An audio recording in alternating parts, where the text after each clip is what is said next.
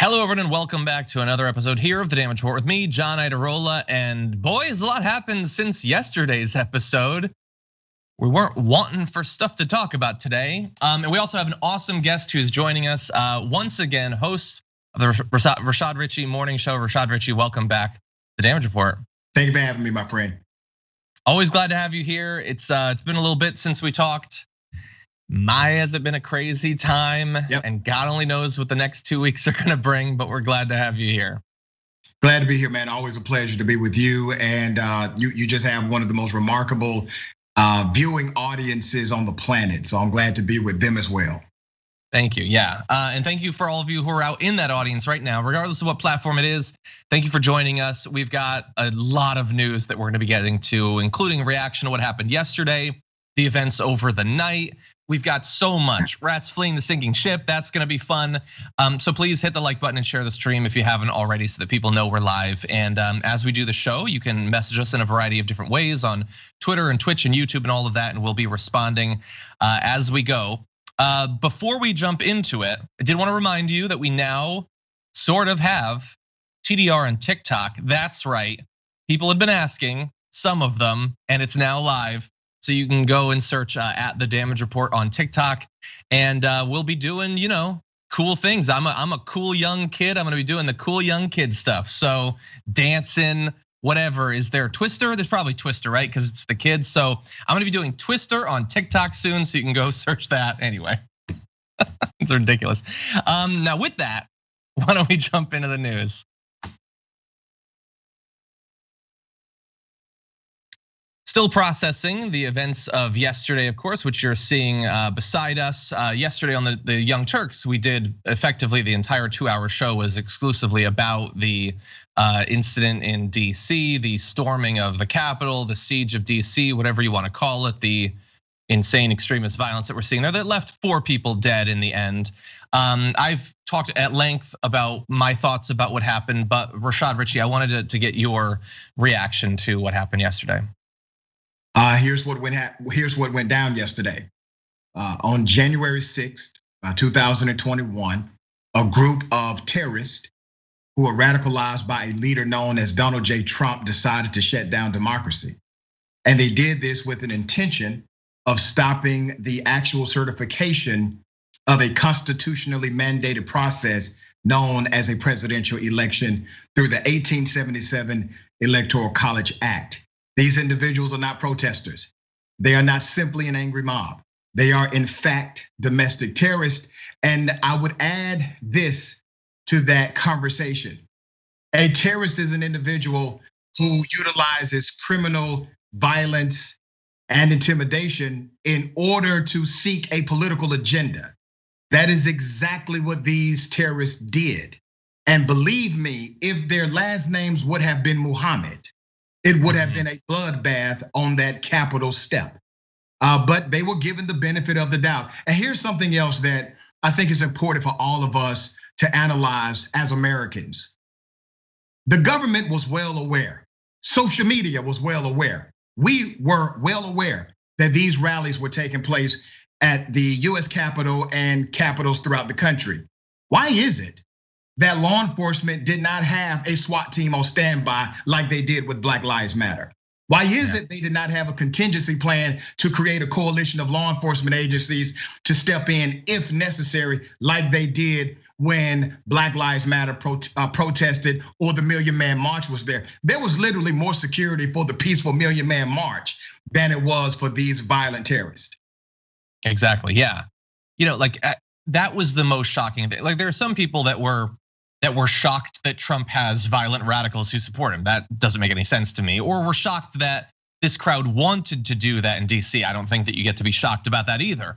But one thing I think is justifiable to be shocked about is the fact that, as one tweet I saw said, I hadn't known this whole time that the Capitol was guarded by 6 gas station attendants. But there's nobody there. During this massive rally, Trump spoke this morning and told those people to march on the Capitol, and they're like, yeah, no, like put Fred and maybe Joe can be on standby, and I think we'll be good. And it's such a lack of preparedness that right or wrong, like a lot of people wonder if it was intentional. And when they see the video of things like the gates being purposefully opened up to let the protesters in, that certainly seems like they're intentionally giving access. And it's not to say that there weren't cops who, like 14 cops got injured. We can see them fighting and trying to stop the protesters in a number of cases.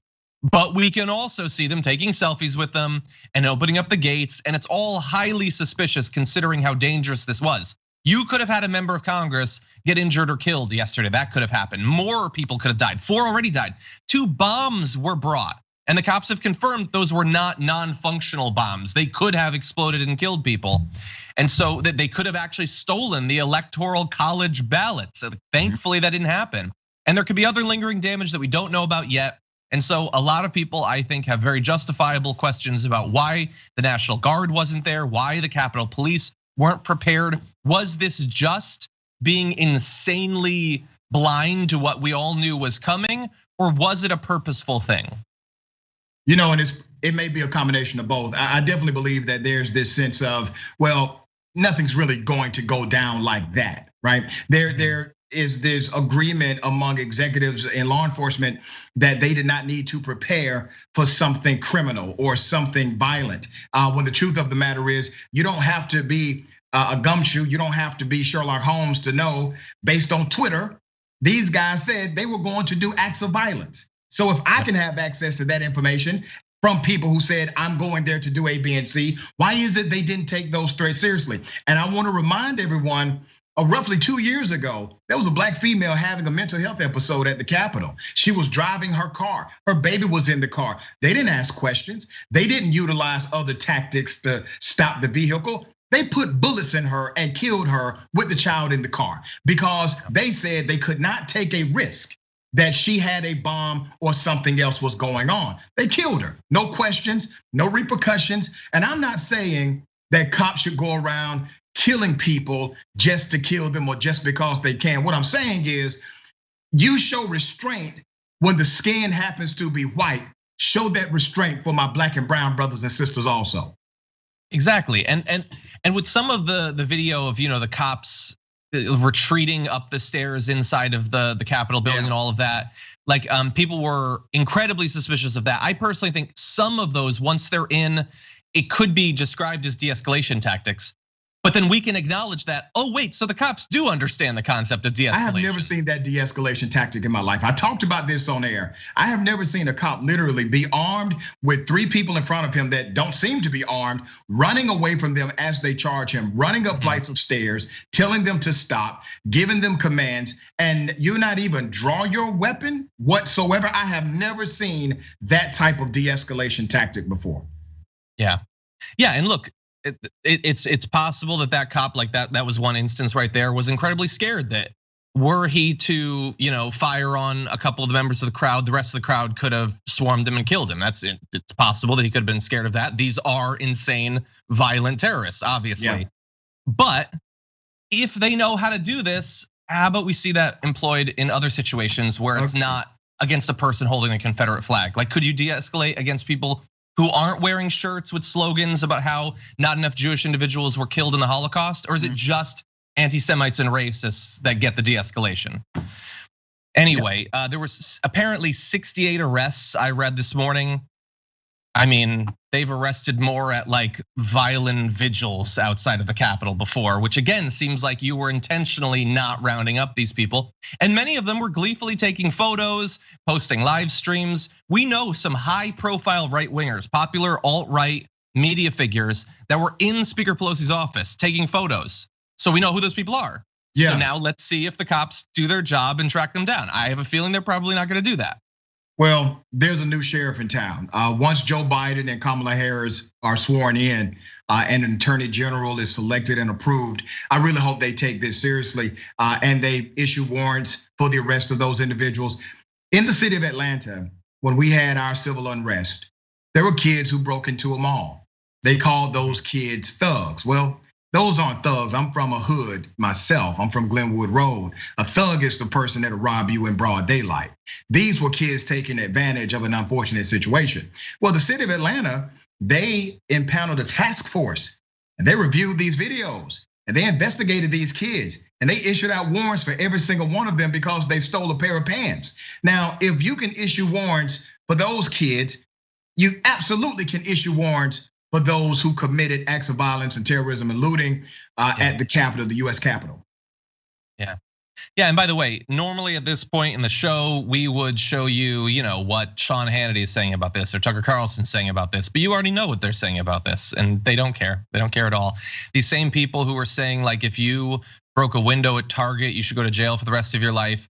They're now apologizing for and justifying the action that we saw yesterday. Tucker Carlson did a whole thing about how the only thing that you should be scared about coming out of this is the left, the socialists and communists like Joe Biden using this to take away your rights. They're not at all worried about, and like, if it was actually Antifa that had been breaking down the doors of the Capitol building, Tucker Carlson's head would have exploded. The entire show would have just been dripping red bits. But no, in this case, like half of them are saying it was Antifa, like Matt Gaetz on the House floor last night saying it's Antifa. The other half are proving that they know it's not because they're apologizing for them. If it was Antifa secretly, why are we the ones calling for them to be arrested? And why is Trump saying, I love you, you're very special people? Wait, Trump, no, don't say that. That's Antifa you're talking about. And so they've got these cross signals about, they're all sure of one thing. It's that nothing bad happened that the right needs to apologize for. They're just really confused about exactly what the excuse is in this particular case. You remember Trump said, when the looting starts, the shooting starts. And it seems as if that just has selective application, obviously. Yep. And if you damage, a Confederate statue, 10 years minimum, no excuses. Now these people who are looting the Capitol building, I love them. I love them. They're so special. I understand their anger. But remember, they were radicalized. These individuals were radicalized for 4 years by President Donald J. Trump. And it's really interesting when we do a case study of this to understand who these people are. Remember, you have military veterans who are part of this. One that got killed was an Air Force veteran. You have young people who are part of this. This happened because not only of Trump, you see, Trump is more of a symptom. This happened because in order to be a tyrannical leader, you need a team. There cannot be tyrannical leadership without a team. He had a team. He had Mitch McConnell.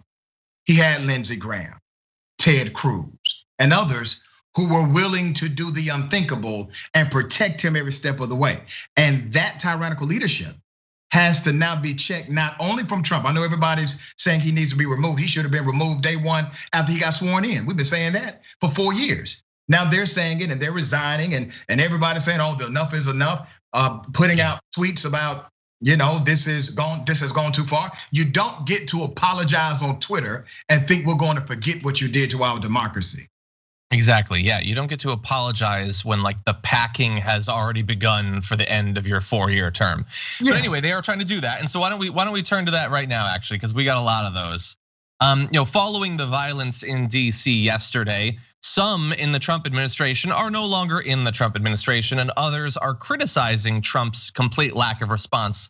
And before we get into this, and we can debate how much, if any, credit any of these individuals get, as of right now, we had yesterday, Trump put out like 3 different statements, like a couple of tweets that ended up having to literally be taken down. The first time I've ever seen Twitter actually take down his tweets.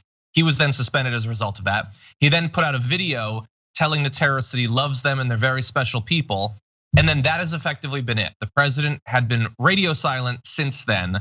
After the Capitol was looted, he didn't have anything to say. So here is what we've got. Trump officials resigning include Matt Pottinger, the Deputy National Security Advisor, Stephanie Grisham, Chief of Staff to First Lady Melania Trump, Sarah Matthews, the Deputy Press Secretary, Ricky Niceta, White House Social Secretary, Mick Mulvaney, actually, former White House Chief of Staff, Mick Mulvaney has resigned, and Ryan Tully, Senior Director for European and Russian Affairs at the National Security Council. They have now resigned, as well as apparently Tyler Goodspeed, the acting chair of the White House Council of Economic Advisors. And we have heard that Stephen Mnuchin is not. So some are stepping down, although again, remember, the administration is gone bye-bye in 2 weeks. So Rashad, how much credit do they get? Who the F cares that they resign? 13 days left. And I promise you these guys would not have resigned if he had a year left, 2 years left. So they can miss me with it. They resigned because the job is almost over anyway. This is a way for them to save a little political face, or attempt to. The public relations nightmare has gone out of control. But this is the pure definition of chickens coming home to roost. You sent these chickens out. We didn't send these chickens out, you did. And we've been telling you for years, these are the chickens you're sending out. And now they have come home to roost, and they're roosting on your front porch. I saw a tweet to the effect of, oh my God, the monster turned on its creator. Is there any precedent for this in film or TV? Or like, yeah, this is like, we're gonna get to some headlines and stuff. It's just, so much of this just feels in hindsight like, yeah, I guess this was exactly how it had to be. I guess this was the only way it could have been. Anyway, we do have other people leaving the Trump administration, although not resigning, interestingly. Chad Wolf, the acting Secretary of Homeland Security, put out this statement this morning. What transpired, and this is, by the way, this is a guy who has defended Trump a ton, defended his immigration policy and all that. He said, what transpired yesterday was tragic and sickening. While I have consistently condemned political violence on both sides of the aisle, we now see some supporters of the president using violence as a means to achieve political ends. This is unacceptable. These violent actions are unconscionable, and I implore the president and all elected officials to strongly condemn the violence that took place yesterday. I will remain in my position until the end of the administration to ensure the department's focus remains on the serious threats facing our country and an orderly transition to President-elect Biden's DHS team. So there, he is saying that these are Trump supporters, they're not Antifa, and Trump needs to condemn them. Well, Trump has responded to that call by withdrawing Chad Wolf's nomination to be the permanent Homeland Security Secretary. He had just been acting, and Trump responded to that by effectively removing him from his position. So he didn't say anything, but I feel like we got the message, Rashad. Yeah, absolutely. And this goes back to the reality of who Trump is, number one, and the reality of who we are as a country. Trump did not do this by himself. Yes, he has a wrecking ball leadership style. Yes, he's an extremist. Yes, he is in fact the radical. But he also had such significant support with a large demographic, a large population of Americans, he was able to get away with it. And there was a time when Republicans could have saved and salvaged the democracy. It's right now in shambles, and I would predict you're not gonna get a Republican president in our lifetime again. Just not gonna happen. That's my prediction today. They will obviously continue to fight and continue to be competitive. But you got to watch out now for Trump coming back without being president. And the question is he more dangerous or less dangerous? I say more dangerous because he has zero restriction at that point in what he will say and what he's willing to endorse and promote. Yeah, I mean, look, hypothetically, he also has less protection from legal consequences. Correct. Except that he's an incredibly wealthy white man, so he has a lot of protections from legal consequences. Now, by the way, let's stop for 1 second. And like occasionally we're being swept down a river of politics. For a second, let's acknowledge the president's supporters tried to sack the Capitol. In response, one of his chosen defenders, his Secretary of Homeland Security, calls on him to denounce terrorism. He removed him from his position. That should be terrifying for one of several reasons. One is that he's almost certainly going to then replace this guy with someone who doesn't want him to denounce terrorism. And one might wonder, what's the point of replacing him? There's only 13 days left. I don't know. I hope that there's no point. I hope that he doesn't desperately need someone in that position to do something or anything, but we'll see. The other is that hypothetically, a lot of conversations going around DC right now about the invocation potentially of the 25th Amendment. Chad Wolf potentially could have, I don't know about if acting secretaries can vote because honestly, America's never gotten to this point before. But in theory, he could have been one of those votes to invoke the 25th Amendment. Trump got a pretty good signal of how he might vote from that message and has just removed someone who might be an emergency check on the president if he does something even crazier. We now don't have that. Chad Wolf is gonna be out apparently. Yeah, and the 25th Amendment never been triggered as far as removing a president. We've triggered portions of it, but not that part. I think it is a viable option if we were talking about a year ago, 2 years ago, but the bureaucracy is just too deep. You literally have to get the vice president, the cabinet, 2/3 of the US Senate. If the president decides to object to it, it creates a whole nother bureaucracy. After he objects, to his own removal from the White House. I say this, and I told my listeners this on air today. Here's what needs to happen. If they're serious about this guy not doing something even more insane and volatile in the next 13 days, go ahead and impeach him, convict him, hold a one-day trial, remove him. The Constitution literally allows you to do this in one day if you get it together the right way. Yeah, and a lot of calling for it. Chuck Schumer this morning called for him to be removed from office. Representative Alexandria Ocasio-Cortez wants him removed from office. She also called for Josh Hawley and Ted Cruz to step down based on their continued support for this effort after the terror attack. So we'll see. We'll see. Yeah. What are corporations going to do? At this point, I'm going to start holding corporations responsible. If they make contributions to the Trump campaign, to the Trump PAC, if they make contributions to those who are Trump surrogates and Trump supporters, I'm coming for them in 2021. They are supporting this madness, and they are being, these individuals are being enabled by these same corporate entities. Yeah, and if they're supporting Ted Cruz and Gosar and all of those, they are paying to continue this undermining, this continued assault on democracy. Now, Rashad, let's play a quick little game. Scale of 1 to 10, how much do these people deserve credit based on what I'm gonna tell you about them? So Mitt Romney put out a statement. What happened today was an insurrection incited by the president of the United States. Mitt Romney, how much credit does he deserve? I give Mitt a 5, man. I'll give him a 5. Okay. Yeah. Okay. GOP Representative Adam Kinzinger is, I believe, the first, and I think to this point, the only elected representative on the GOP side who has called for Trump to be removed via the 25th Amendment. He put out a video. He says, and he's a current serving congressman for the Republicans. He says he needs to be removed. It's too dangerous. Get him out of there. He gets a 1 because he supported this madness for 4 years, and now you got down to 13 days. You want to say something like this? He gets a 1.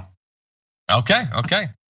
Kelly Loeffler said, when I arrived in, this is yesterday, this is late yesterday. When I arrived in Washington this morning, I fully intended to object to the certification of the electoral votes. However, the events that have transpired today have forced me to reconsider, and I cannot now in good conscience object.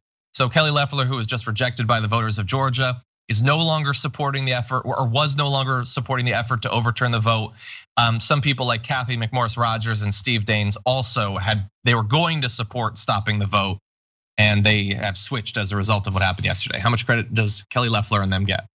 Yeah, Loeffler gets a -10. And the reason she gets a -10 is because she literally incited the crowd before she went in and said that she was planning to object. She is was part of the speaking circuit for that same group. So yeah, she's a -10.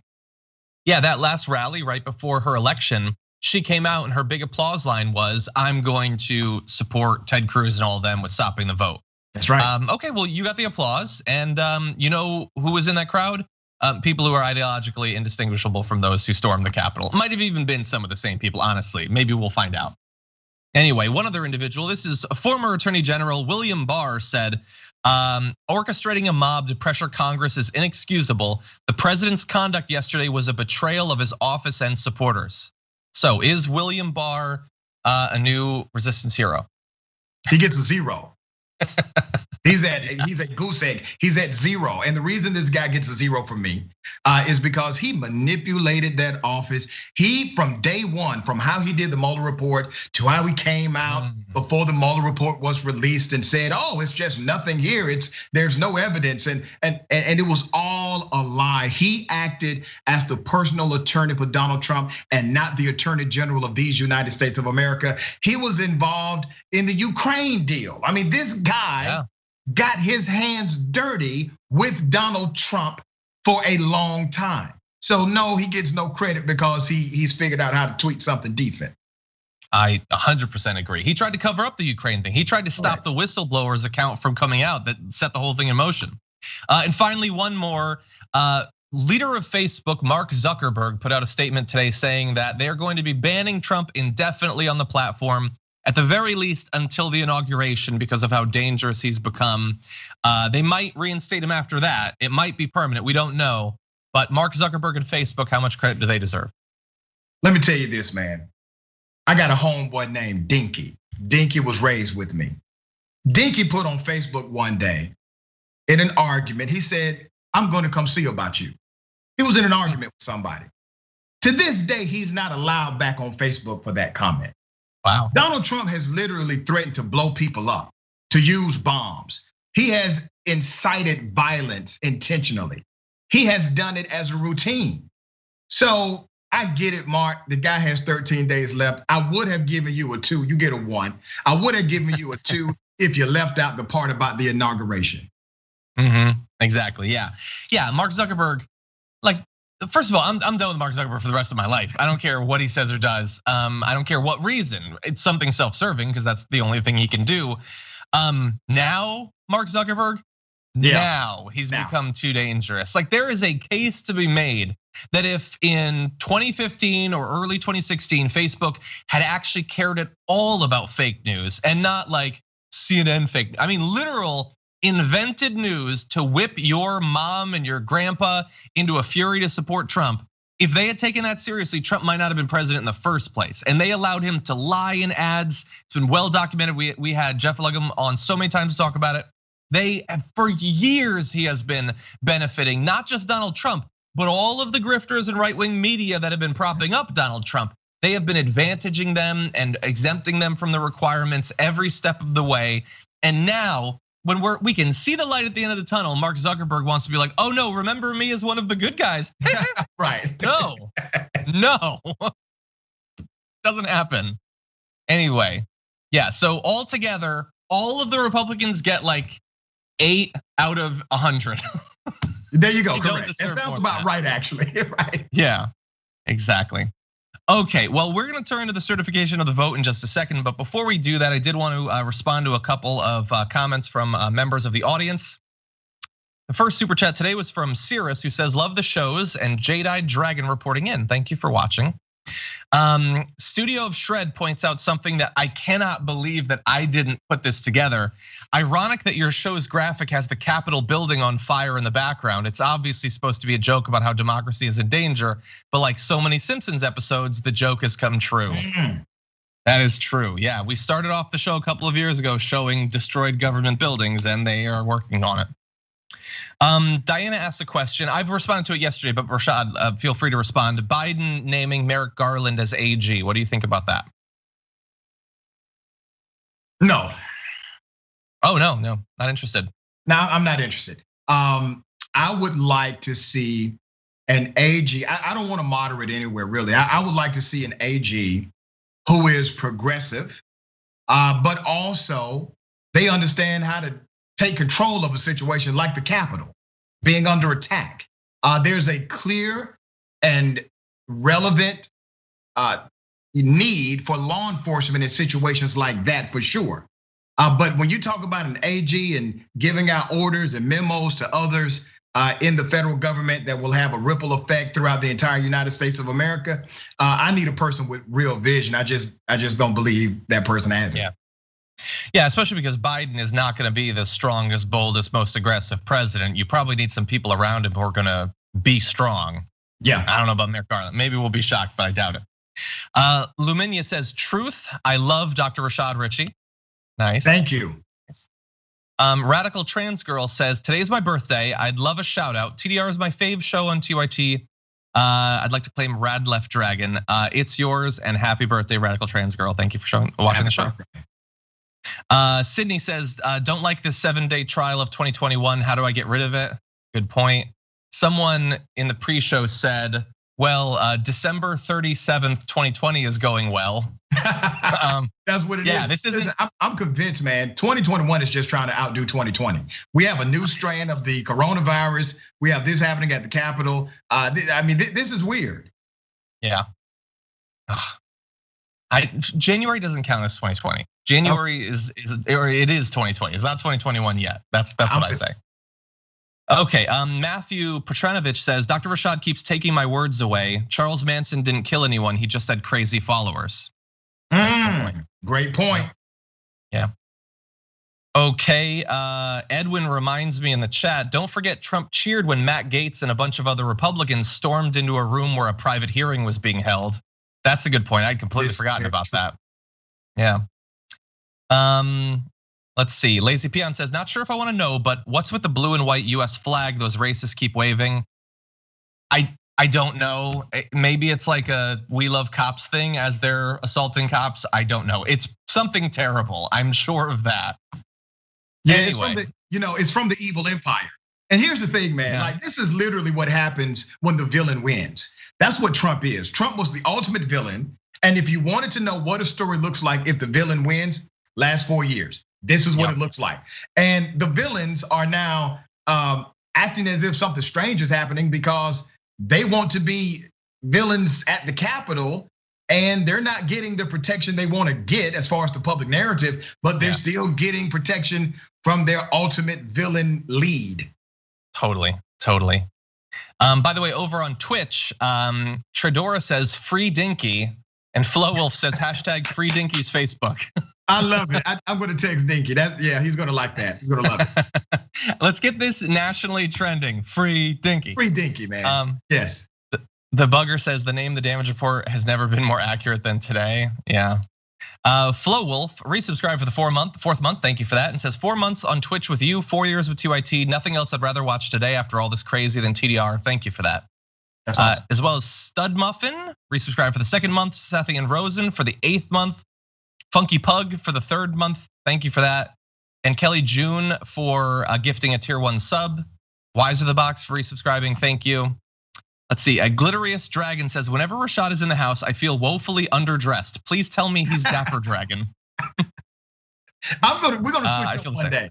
All right, you're gonna wear the suit and I'm gonna get one of your t-shirts. There you go, we're gonna send you a Dragon Squad shirt. Please do. Okay, with that, lots of other news to get to, so why don't we jump back into it? I tried yesterday on the show to do a public service to any Trump fans who were watching this by telling them that despite what they might have heard by all the media that they trust more than they trust God himself, they're not going to stop Biden from becoming president by overturning the vote or not counting electors or sending it back to the states or anything like that. I told them very clearly what's gonna happen. And there were a few bumps in the road, like the attempted sacking of the Capitol. But in the end, Congress confirms Biden's win, as we said, defying the mob attack. And by the way, look at this front page. That's a front page for the New York Times. Defying mob attack incited by Trump. And again, it's one of those things where it's just like, yeah, I guess that front page was always going to come. Somebody finally beats him, hopefully, but there was a mob attack and Trump incited it. Anyway, Congress certified the election early Thursday, hours after loyalists urged on by President Trump stormed and occupied the Capitol. Congress rejected an attempt from Republicans to overturn the will of Pennsylvania voters early Thursday. So if you stopped paying attention after all the chaos in the Capitol, I understand yesterday was a lot. But for hour after hour, you had speeches being made, lies being told about those events and about voter fraud, and attempts by a number of senators and representatives to overturn things. In the end, I want you to remember people like Josh Hawley, Ted Cruz, Tommy Tuberville, Cindy Hyde-Smith, Roger Marshall, Cynthia Lummis, Rick Scott. These are all people that didn't just give speeches or whatever. They voted to stop the will of the people. Every single one of them knowing that there wasn't voter fraud. They all know that Trump got destroyed, but they don't care because they support him and their own ambitions more than they do democracy and the will of the people. Yep, and people that don't like your vote, why should we vote for them? They obviously don't like the process of democracy. They need to move on and get another job. But this should also really bring to the forefront how fragile democracy is. If Trump has done nothing else, he has taught all of us that democracy is fragile. And since we know it is fragile, let us be more careful about the leaders we choose, not just in the presidency, but the presidency and beyond. Remember, he had a team. That team helped him almost destroy democracy in this country. Exactly. Yeah, and let's also the win was certified in less than 2 weeks. Biden is going to be president. This is all a great improvement from the situation, and Trump's attempt to either get reelected or have the results be overturned are going to fail. So all of that is good, yes. But Trump also got to be president for 4 years. And that team that Rashad was talking about, they delivered for him and for their donors and their buddies what they wanted. They got those trillions of dollars in tax cuts. They banned Muslims from a bunch of countries from entering. They've spent tens of billions of dollars on that border wall. They ground the US government response to the pandemic to a halt to benefit them, to not spend money on it that they didn't think was worth it because they were never at risk. Hundreds of thousands of people died. When Biden becomes president, we now have an opening. We have an opportunity for some good things to happen. But all those bad things happened. Those 3 Supreme Court justices, those dozens and dozens and dozens of federal judges, all of those results still remain. We have a lot of not just new work to do, but a lot of fixing the damage that's been done as well. Yeah, and I really hope Democrats will seize the opportunity quickly. For example, Raphael Warnock, right? Reverend Warnock and both John Ossoff won their US Senate races in the state of Georgia. I happen to be friends with both of them. I've known both of them for many, many years. Really? Great people, right? And they came on my show multiple times, and we've had drinks together when I was still a drinking man. We've had dinner together. These are good people. The reality of Reverend Raphael Warnock is this. He will only be in the US Senate for 2 years because he took over a special election due to the resignation of Senator Johnny Isakson. He got 2 years. In other words, the Democrats or the progressive agenda has 2 years before it becomes in jeopardy again. And Warnock is willing, he campaigned on the progressive platform. Ossoff is even more progressive than he is. There's an opportunity here, as you said, there's an opening here, but that opening will not be indefinite. Yeah, so look, this is this is the first big run for him, not the first for Ossoff. And both of them are obviously more progressive than a lot of current elected senators, obviously, but not necessarily on certain issues quite as strong as I would personally prefer. I don't know them personally. So do you think that now that they're in the position, especially with Warnock knowing that he has to start campaigning for re-election in like 9 months? Yeah. Are they going to have a fire lit under them? Do you expect them to be really bold and really stake out a progressive position in the caucus? Well, I hope so. And let me tell you this, even though they're my friends, I've had to put my foot up their rear end a couple of times on my radio show. I'm courteous enough to let them know via text what I'm about to do. So myself and others who believe in an agenda of policy over personality, we will absolutely hold them accountable. And this is what has to happen. Now, you can't take the politic out of politicians. And I remind my college students of this all the time. We're looking for transformational leaders. If you find one, great. But just assume everybody's transactional. And you're looking for the benefit of the transaction. If you can deliver votes and support and promotion and endorsement and money, that's the transaction. That's how politics works. That's the oil inside of the engine of the political world. And if you can deliver these things, you can actually deliver an agenda. So instead of being just a thorn in their side and yelling that this needs to happen, I organize. The one thing that politicians are afraid of, they're not really afraid of a negative story. They're not really afraid of a scandal. They're afraid of you being organized. That's what they're afraid of. And inside of the Democratic Party and outside of the Democratic Party, the methodology is the same. Hold them accountable to a policy position, not a personality or them being a good guy. Yeah, no, it's a great point. And by the way, related to that, like there is a predisposition towards focusing on the bad news and dwelling on it, which I understand, and not appreciating enough when good things happen. That predilection had a bunch of gasoline thrown on it and a match thrown at it with the events of yesterday, because we had like 2.5 minutes to be like, hey, look at what just happened in Georgia. Right. 2 elections just went to the Democrats and they got control of the Senate after years of organizing the hard work required to turn Georgia maybe temporarily blue, maybe starting to be permanently blue, we'll see. So let's not gloss over it too fast. Like that's still a very good thing. Yeah. And so yeah, it's got to have been so much work in Georgia with all the voter suppression that's been going on for literally centuries. Yeah, let me tell you how difficult it was, man. Literally, we were fighting false narratives every day. And these false narratives had all of this racial undertone about, I mean, they called the guy Radical Raphael Warnock. You know, they used to call Dr. King radical. That was really a terminology in the 60s used for black civil rights activists. And they would say radical, right? And no other explanation was needed.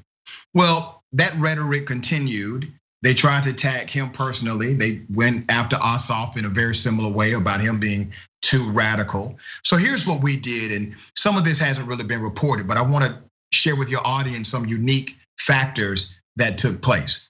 In the state of Georgia, we coordinated in Black radio with all of our competitors. We have never done something like this before, and we're sworn enemies for the rest of the year. But during the election, we coordinated our efforts and we did Black Radio United for the Vote campaign. Every single one of us worked with each other to every day, not 1 day a week, not 2 days a week, 7 days a week.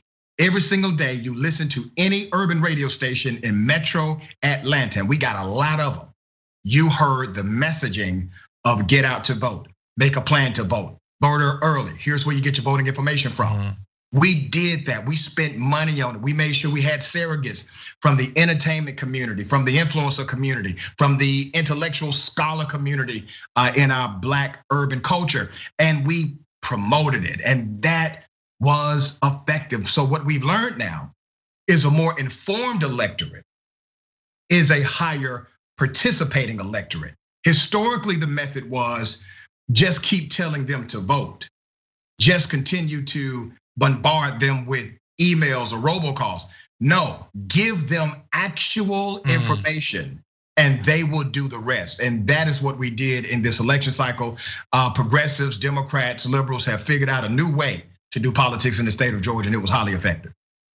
Yeah, and those votes were still incredibly close. So imagine absent those efforts, we could have a very narrow, but in the end, it doesn't matter how narrow it is. Kelly Loeffler still in the Senate, so thank you for those efforts. Obviously, much appreciated. Our pleasure. Now, notice to the producer and to the director, we're gonna skip ahead to the E block, both because the hour is quickly going by and also because I was gonna read the tweets of Trump's statement that he's now going to accept the peaceful transfer of power. But like we were saying with all the rats fleeing the sinking ship, it's way too late. I don't care. I'm not gonna read your comments. I don't care. Yep. Just get out. Just get out, get out, get out, get out of office, go away. We don't banish people from the country, but we should really look into it again. Just go somewhere and be a rich a-hole for the rest of your life. And I don't want to deal with you anymore. Yeah, he needs to flee to a non-extradition country and just live out his days. I would love it. Just do it. Build yourself a mansion. I don't even care. You can build it yourself. It'll fall down eventually. I just do it. Just go. Anyway, we're gonna move on to this. Still unfortunate, but at least it's not particularly about him. So we were watching the incident in DC yesterday and obviously appalled. I'm assuming there's a very good chance if you're watching this that you are as well, but it's important that you understand that not everybody around the country reacted the same way to the insane, violent, people dying, bombs being planted, mob destroying those government buildings and trying to overthrow our government. 1 in 5 voters nationally, including almost half of Republicans, approved of yesterday's events that literally killed people and could have killed far more. Almost half of Republicans are like, yes, that was good. Let's do that. Let's have more of that. Now, granted, almost half oppose it, so hooray. And the vast majority of the country opposes it since it was a terror attack on our capital. But the closest we've come to the inciting incident of The Handmaid's Tale, half of the Republican Party says, yes, that was not a bad thing, that was a good thing. Maybe this explains the way Fox News is talking about it. They have to go talk to tens of millions of Americans who think that terror attack was great and they'd like to see more. Yeah, that's exactly what it is. And so you have these pundits and hosts who will cater to the demographic that believes in criminality, right? I say something often, man. If you have to sell yourself out for the sake of having a platform, you don't deserve the platform that you have. Yeah. And we have seen it happen routinely, especially with conservative hosts and politicians. They don't really believe what they're saying, but there's an audience for the story. And because there's an audience for the story, they will continue to say it. And once again, chicken's coming home to roost. And this is what's happening. I don't know when they will wake up and realize that leadership is not just about who you're able to excite, but true leadership is also about who you're willing to offend. And even on my program, I have said things that are contrary to the ideology of some of my listeners. I have some black militant listeners that listen to my show and call my show sometimes, and I have to stand against them. Now, I appreciate everyone listening to my show, but right is right and wrong is wrong, okay? And if you say something that I find to be personally, professionally, or even politically offensive, at my core, I would check you on it. I don't care how much you love me. I don't care how much you follow me. I don't care how much you think I'm the greatest thing on the radio. It doesn't matter to me. If I need that, I can't be a leader, period. Yeah. That's obviously a great position. That is a responsible position, but there's a lot of media that they're not having any of what you just said. Like they see how crazy people are and they think, first of all, I want those people to support me. I want them to watch me and give me their money. And if I can make them even crazier and make them even more devoted to me and convince them that I'm the only person they can trust, they'll do that. They are like, there is now an individual demonstrable profit incentive to personal radicalization. And and you do enough of that and you can get half of a political party to think that a terror attack is justifiable. Yeah, and Trump is going to monetize on these suckers, man. Watch. Trump is going to make money off these individuals after he's president. Yeah. Look, if he doesn't have the power, I'm okay with it. Take their money. I don't care. Yep. It's sad. It's sad. But then also, so we sort of gave a little bit of quasi credit to the 43% of Republicans who didn't support this terror attack. Only a quarter think that this is a threat to democracy. 2/3 say otherwise.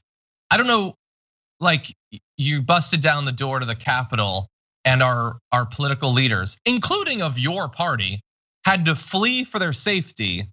And that's not a threat to democracy. I don't know what would be at that point. And the irony is, John, the irony is the fact that they were literally counting votes. Right. This happened while they were literally engaged in a constitutionally mandated process of democracy. Yeah, although as I pointed out yesterday, like think about the synergy between the Republican base and the Republican politicians. That the Republican politicians had to flee because the Republican base came in to stop the vote from going through. But they had to flee as those Republican politicians were trying to stop the vote from coming through. Like those were different tactics, I suppose, but the end goal was exactly the same. It was the same. Trump gets to stay in office. Anyway, as we go forward, obviously we've talked about earlier, there's a lot of politicians who are now pushing for Trump to be removed from office. What do the people think? Well, 50 to 42% voters say it would be appropriate to remove him from office over the events at the Capitol, although that includes only 1 in 10 Republicans think that him calling for and then justifying this attack justifies him being taken out. So if you are wondering what could happen that would cause Republicans to turn on Trump, scratch terror attack that he supports off the list because that's not enough.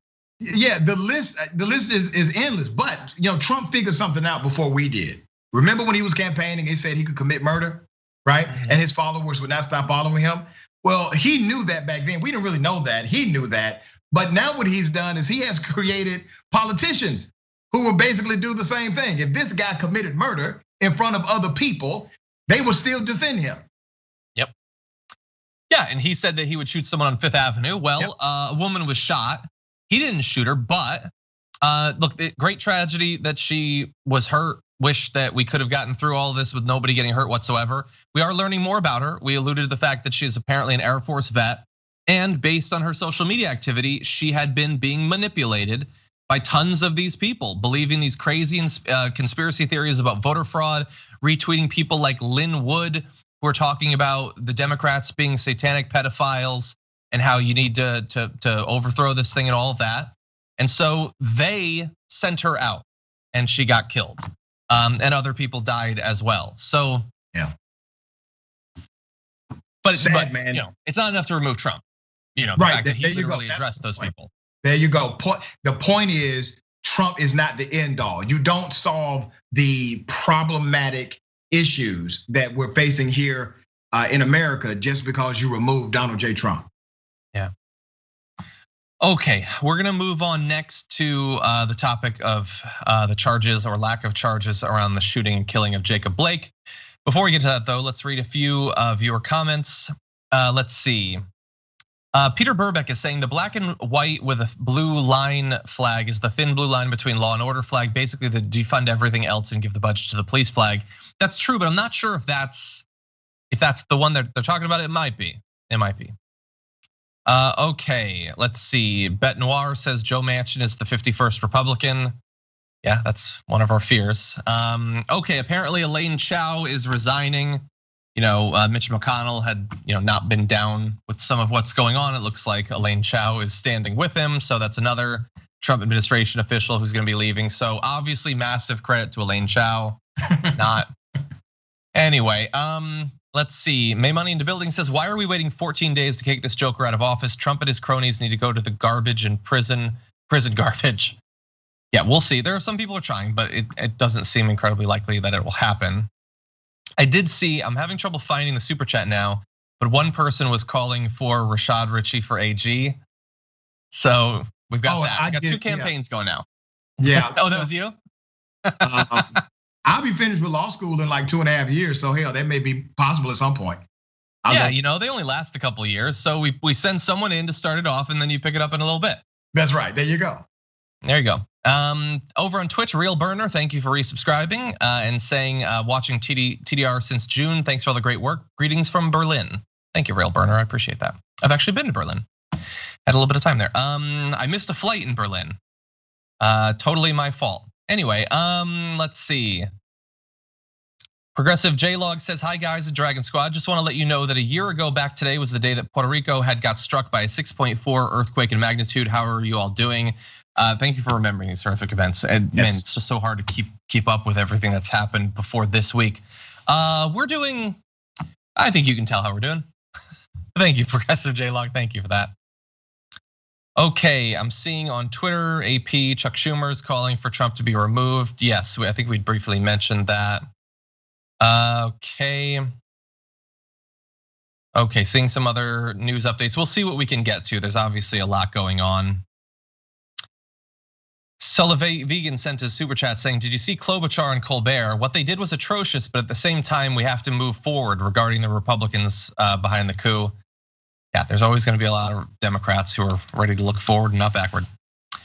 Anyway, okay, now with that, let's move to more news that's just awesome. What a great country we've got. We had just been moving towards this. No charges in the shooting and killing of Jacob Blake. The top prosecutor in Kenosha, Wisconsin declined to bring charges against the police officer who shot and gravely wounded Jacob Blake outside an apartment building in August, an episode that sparked protests and rioting and made the city an instant flashpoint in a summer of unrest that began with the killing of George Floyd. Mr. Blake's family expressed anguish at the decision not to charge the officer, saying that the video from the scene made it clear that Officer Shesky had acted inappropriately. His uncle said, it's a gut-wrenching experience. This is bigger, greater than little Jake. This is about all the little Jakes. That's why the people keep coming out and supporting us. You know why? Because it could have been them. A lawyer representing Mr. Blake's family said that they will probably sue. We will be looking at bringing a civil action in the near future to seek justice for Jacob. So again, this is one of those bits of news, Rashad, where we can't really be very shocked, but it is unfortunate. Extremely unfortunate. And I think we need to bring this conversation back to the people. Cops are government workers. You mean to tell me that a government worker who has to take direction and order from somebody, that a government worker cannot figure out how to stop shooting black folks in the back? That's what you're telling me. And that every time it happens, the government simply has to say, well, we're not going to charge them with the crime. They may get suspended or fired. That is the unrest inside of the black community and communities that support them. It's not that cops will do bad things. It's not even that cops will sometimes do things that are negligent. It's because these cops are not held accountable. Every other profession, when you're engaged in the profession, you're held accountable to your professional understanding.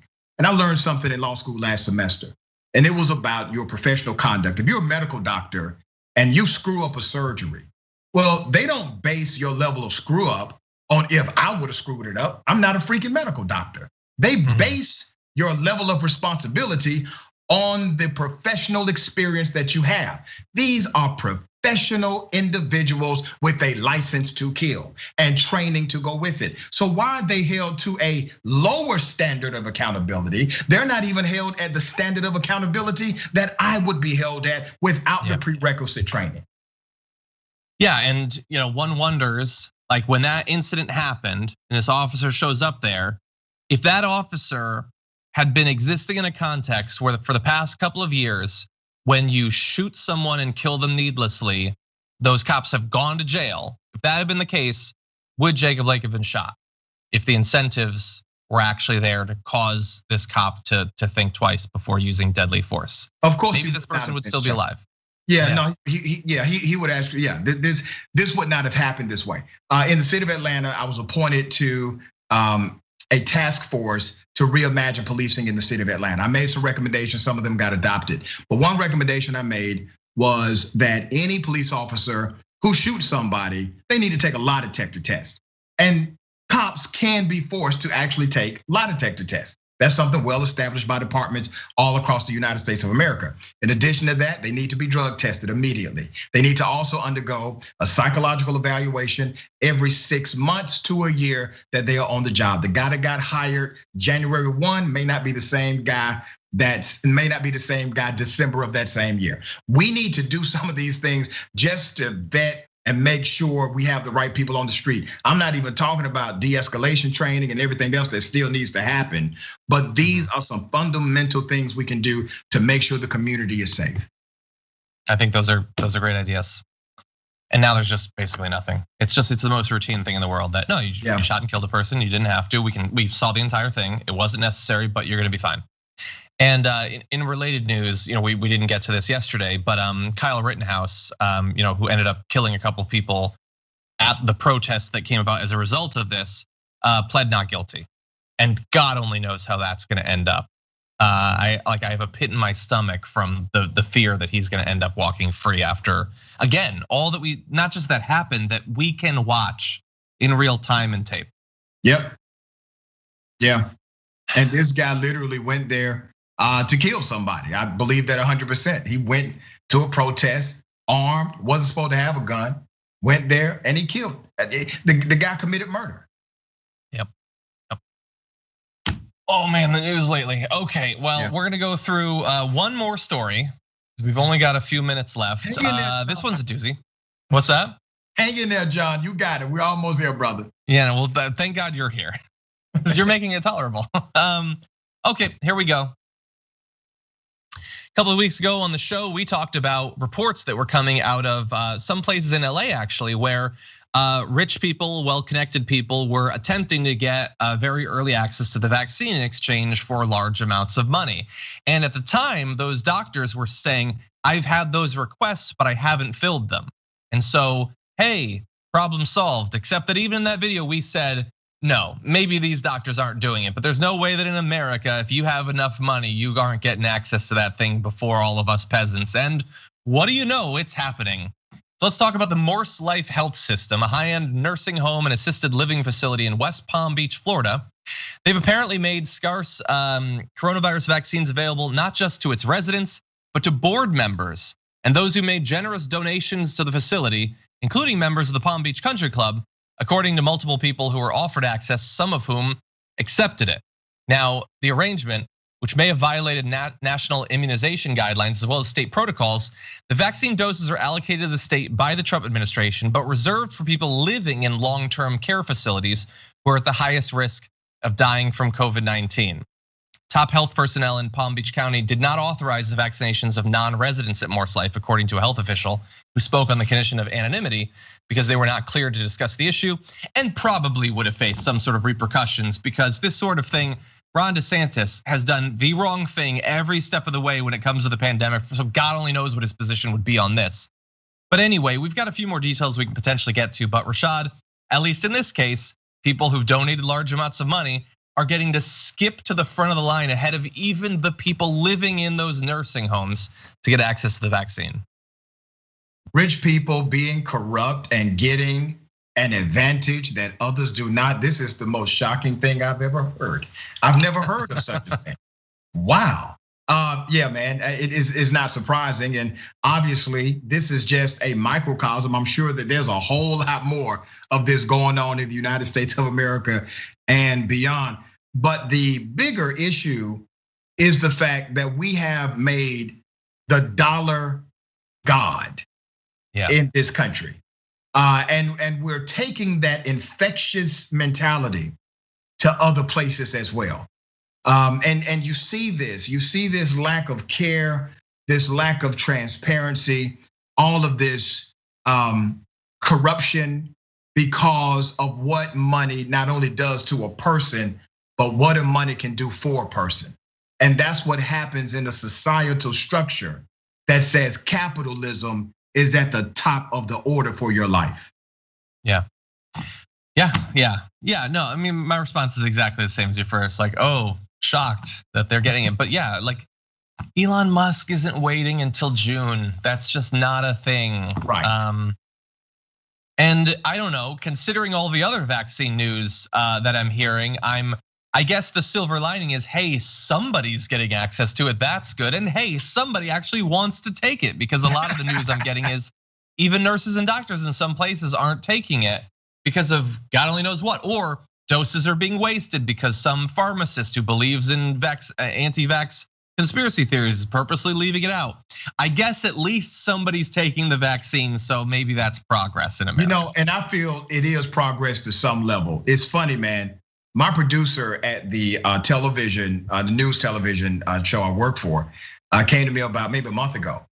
And he said, hey, Rashad, you're a local black leader. Would you mind taking the vaccine on live television? I said, hell to the no. I'm not going to take that vaccine until, and I may be selfish here, until I see what it does to other people. So if I got to look at what's happening with the rich people, I'll look at what's happening with the rich people. I have a healthy distrust for the government. I just have that in my heart. And I know everybody doesn't feel like I feel, and that's fine. I'm not telling you what to do, I'm just telling you what I'm doing. This is one of the most difficult decisions I've had to make in a long time, because I want to be the responsible individual and lead people to this place of safety. But at the same time, I don't want this to be a Tuskegee. And that's a real battle inside of me.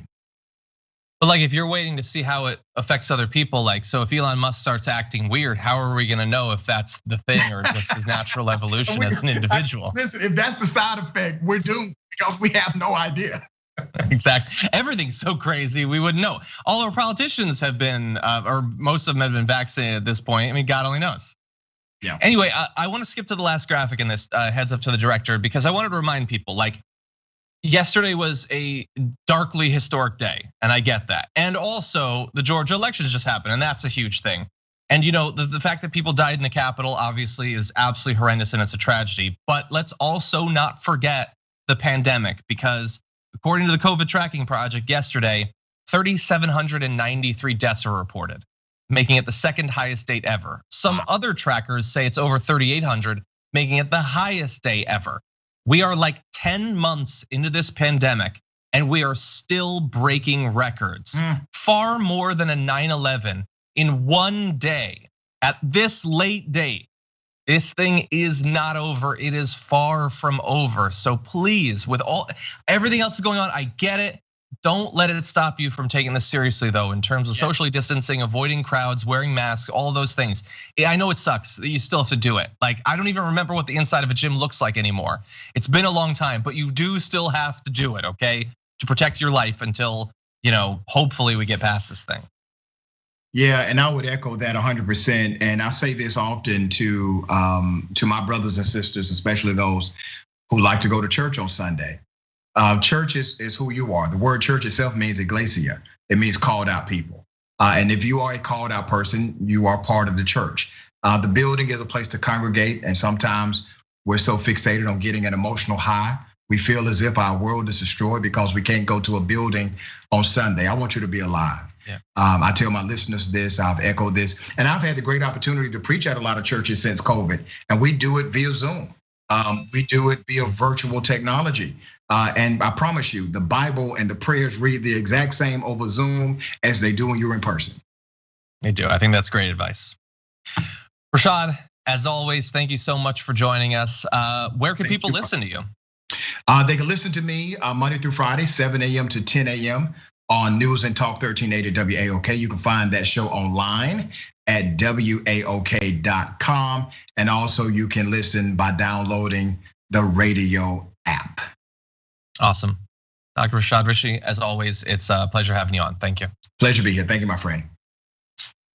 And for everybody at home, I'm gonna read just a few more comments before we close things out. Let's see what is going on.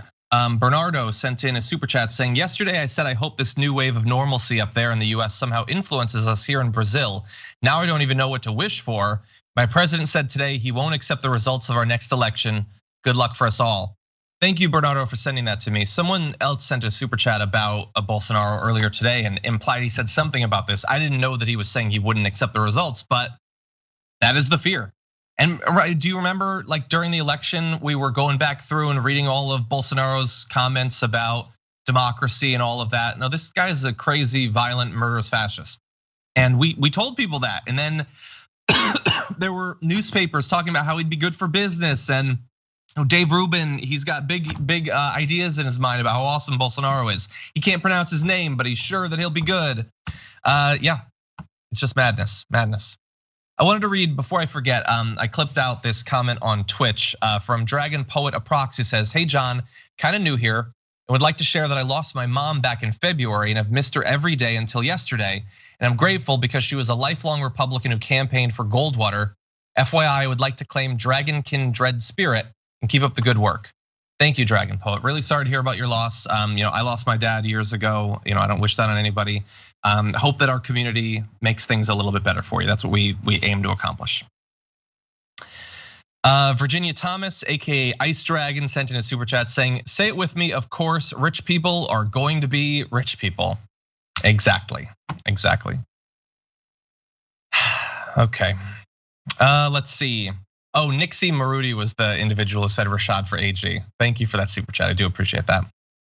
Let's see, we have a comment from Bart. Bart says, the logic from the terrorists and traitors that looted Nancy Pelosi's office and other items from the US Capitol was, this belongs to the people, it belongs to me because I pay my taxes.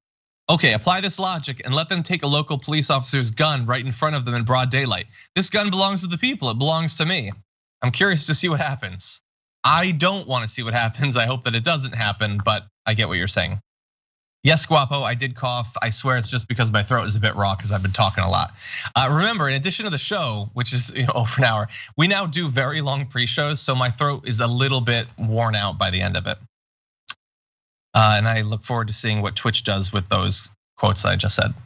Anyway, Vengeful, thank you for resubscribing with Prime for 7 months and saying wishing this craziness is the driver of change. Happy I'm in Canada, stay safe. I'm happy you're in Canada as well, and thank you. Okay, Gemini Lily says, my dad was there yesterday, he got tear gassed. I told him I was ashamed of him, he hung up on me.